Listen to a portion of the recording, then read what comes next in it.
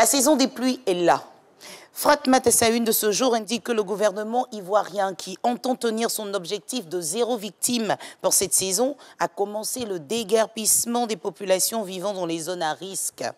À en croire le confrère qui cite Bouaké Fofana, ministre de l'Hydraulique, de l'Assainissement et de la Salubrité, cette opération qui a démarré hier vise à préserver des vies. On s'intéresse aux patriotes qui lancent à sa une de ce jour que c'est aujourd'hui que les missions de sensibilisation mises en place par le RHDP relativement aux élections locales du 2 septembre 2023 démarrent leurs activités sur le terrain.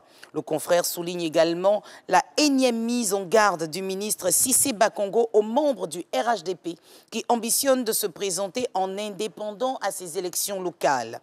Annoncé le 30 mars 2023 lors du congrès extraordinaire du PDCI par Henri Konon-Bédié, le 13e ordinaire de ce parti aura-t-il lieu en juin de cette année?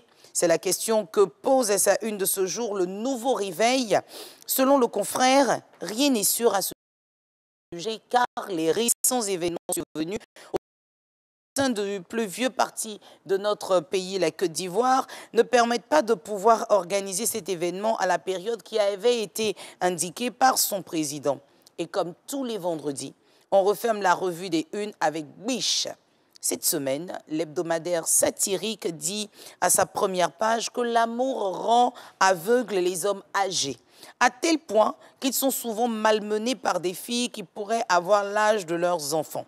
On le voit ici, avec cette image où un monsieur d'un certain âge est en train d'être réprimandé par l'ami de sa copine dont il assume toutes les charges. Sans commentaire, j'espère que ça vous a arraché un petit sourire.